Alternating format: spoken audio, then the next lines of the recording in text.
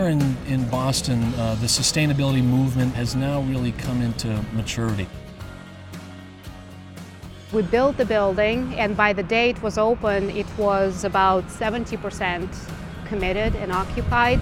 We have property developers not saying, why do we have to do this, but how can we meet your standards and go greener? A year later, we're 100% occupied. What we're doing through the partnership with A Better City is organizing those first-tier leaders in the business community and partnering them up with those that want to be green. This is one of the things that it's not negotiable anymore. It's in the DNA of everybody, so to speak. So if you do not do it, you're just going to fall off the table. My face against the window.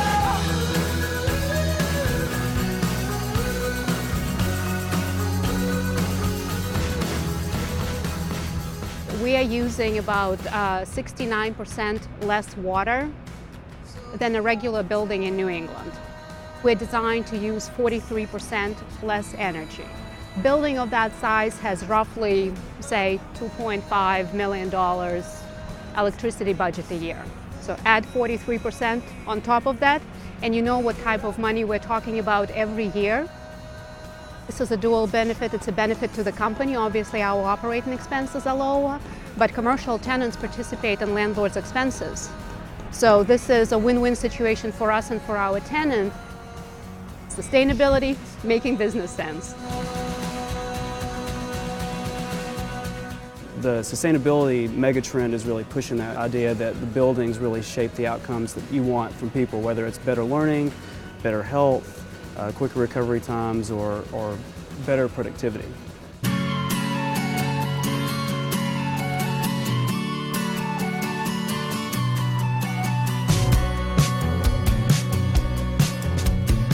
This is probably, for my group, the big granddaddy of all of the capital improvements they've made to these charming, lovely historical buildings.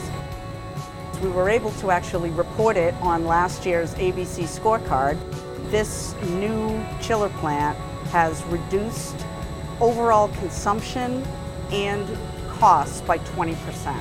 If you're thinking more, life cycle cost ownership, if you're looking 20 years down the road or even 5 years down the road for a lot of instances, then you're going to be always paying less for sustainable design. And that 20% will continue on an annual basis. And the more aggressive you go, possibly the longer the payoff, but the bigger the payoff.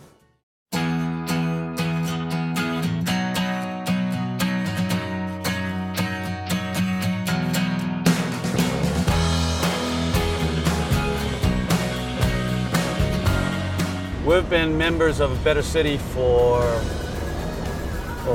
better than a decade, longer than my tenure here at Seaport. These standards are very adaptable and scalable. What's the latest in toilet technology? What's the latest in heat pumps? So as we adopt something or we see somebody else, a best practice someplace, we adopt that.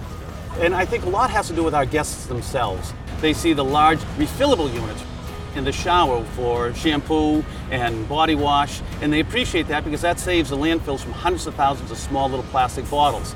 So it's a constantly evolving process.